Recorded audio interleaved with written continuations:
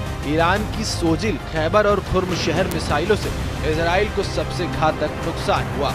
हम आपको the telegraph में छपी वो रिपोर्ट दिखाते हैं जो साबित करती है कि ईरान ने अपने मिसाइली हमलों से इजराइल को भयानक नुकसान पहुंचाया। ईरान की मिसाइल पावर का लोहा प्रधानमंत्री नेतन्याहू और राष्ट्रपति ट्रंप दोनों मान चुके हैं। अब ऐसे हालात में अगर ईरान एटम बम भी बना लेगा तो ये इजराइल और अमेरिका के लिए गंभीर खतरा साबित होगा। खबर तो ये भी है कि ईरान ने चीन से 40 से ज्यादा J-10C लड़ाकू विमान खरीदने का रास्ता साफ कर लिया है। दावा तो यहाँ तक किया जा रहा है कि इजराइल पर बड़ा हमला करने से पहले ईरान ने अपने देश में रूस और चीन से मिले एयर डिफेंस सिस्टम और खुफिया हथियारों को तैनात कर दिया है। ईरान मिसाइल और एटमी पावर के साथ साथ अपनी एयरफोर्स को मजबूत करना चाहता है, इसीलिए चीन ने ईरान के J-10C लड़ाकू विमान खरीद रहा है। वैसे भी चीन ईरान को बहुत बड़ी संख्या में हथियार पहले ही दे चुका है। इधर ईरान ने दावा किया है कि 12 दिन की जंग में ईरान ने केवल 25% मिसाइलों का इस्तेमाल किया है, जबकि 75% मिसाइलें इजराइल पर हमला करने के लिए तैयार हैं। बता दें 13 जून को इजराइल ने ईरान पर अपने 200 फाइटर जेट से भयानक हमले किए। 13 और 14 जून को इजरायली सेना ने ईरान के 5 शहरों पर एक साथ हमले किए, जिसमें सबसे बड़े और घातक हमले तेहरान पर किए। इजराइल के इन हमलों में ईरान के 60 कमांडर और वैज्ञानिकों को एक झटके में मार दिया गया, लेकिन 17 जून से लेकर 23 जून तक ईरान ने इजराइल पर ऐसा भीषण मिसाइल और ड्रोन हमला किया जिसने इजराइल की बुनियाद हिला दी। इजराइल की राजधानी तेल अवीव, बंदरगाह शहर हाइफा और बीरशेरा जैसे शहरों में ईरान की बैलिस्टिक मिसाइलों ने भयानक तबाही मचाई। खुद इजरायली मीडिया ने खबर छापी कि इजरायली सरकार के मुताबिक ईरान के हमलों में इजराइल में 30,000 इमारतों को नुकसान पहुंचा है। ये वाकई में इजराइल पर ईरान का घातक हमला साबित हुआ है, लेकिन 24 जून को सीज फायर के बाद जिस तरह से ईरान पर फिर हमले की तैयारी हो रही है, उसको लेकर बड़े खुलासे हुए हैं। तेहरान विश्वविद्यालय में राजनीतिक विज्ञान डिपार्टमेंट के HOD इब्राहिम मुत्ताकी ने एक टीवी कार्यक्रम में बड़ा दावा किया है। ईरान इंटरनेशनल की रिपोर्ट के मुताबिक तेहरान विश्वविद्यालय के राजनीतिक विज्ञान डिपार्टमेंट के HOD इब्राहिम मुत्ताकी ने एक टीवी कार्यक्रम में बोलते हुए इस बात पर दावा किया है। मुत्ताकी का कहना है कि हमारे पास जो सबूत उपलब्ध हैं, उसके मुताबिक इजराइल अमेरिकी मदद के साथ एक सप्ताह के अंदर ही ईरान पर बहुत ही भयानक और विनाशकारी हमला करने जा रहा है। मुत्ताकी ने दावा किया कि ईरान के साथ 12 दिनों तक चले युद्ध के बाद युद्ध विराम किया जाना एक चाल है। इस युद्ध विराम का इस्तेमाल करके अमेरिका और इजराइल एक बार फिर से अपनी सेना तैयार करके हमला करना चाहते हैं। मुत्ताकी ने ईरानी अधिकारियों से युद्ध विराम को बहुत गंभीरता से नहीं लेने का आह्वान करते हुए चेतावनी दी कि इजरायली हमलों का लक्ष्य इस बार भी ईरानी अधिकारी ही होंगे।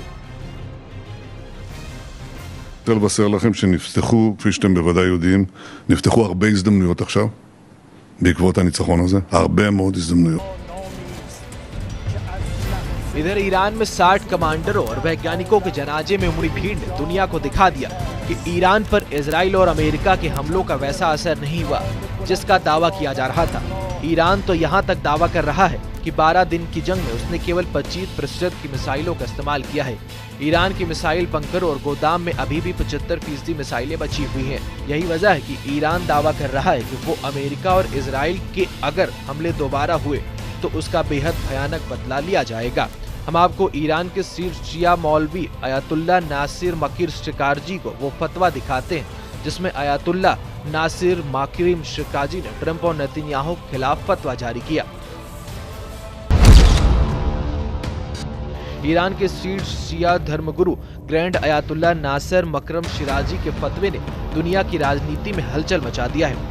शिराजी ने अपने फरमान में अमेरिका के राष्ट्रपति डोनाल्ड ट्रंप और इजराइल के PM बेंजामिन नेतन्याहू को मुहरबे घोषित किया है। मुहरेब एक फारसी शब्द है और इस्लामिक कानून से जुड़े इस शब्द का मतलब वो व्यक्ति जो ईश्वर और धर्म के खिलाफ युद्ध छेड़ता है। ईरानी कानून के मुताबिक मुहरेब को मौत की सजा, सूली पर चढ़ाना, अंगों का काटा जाना, निर्वासन जैसी कठोर सजा दी जा सकती है। इजरायली प्रधानमंत्री बेंजामिन नेतन्याहू के खिलाफ एक फतवा या धार्मिक फरमान जारी किया है और उन्हें अल्लाह का दुश्मन कहा गया। ग्रैंड अयतुल्ला नसीर माकुरम शिराजी के फतवे में दुनिया भर के मुसलमानों से एकजुट होने और इस्लामी गणतंत्र नेतृत्व को धमकी देने वाले अमेरिकी और इजरायली नेताओं को गिराने का आह्वान किया है। फतवे में ये भी कहा गया है कि जो कोई भी मुसलमान इन दुश्मनों का समर्थन करता है वह हराम कार्य कर रहा है। जो भी मुसलमान अपने धार्मिक कर्तव्य निभाते हुए इन दुश्मनों के खिलाफ संघर्ष करता है वो खुदा के रास्ते का योद्धा होगा।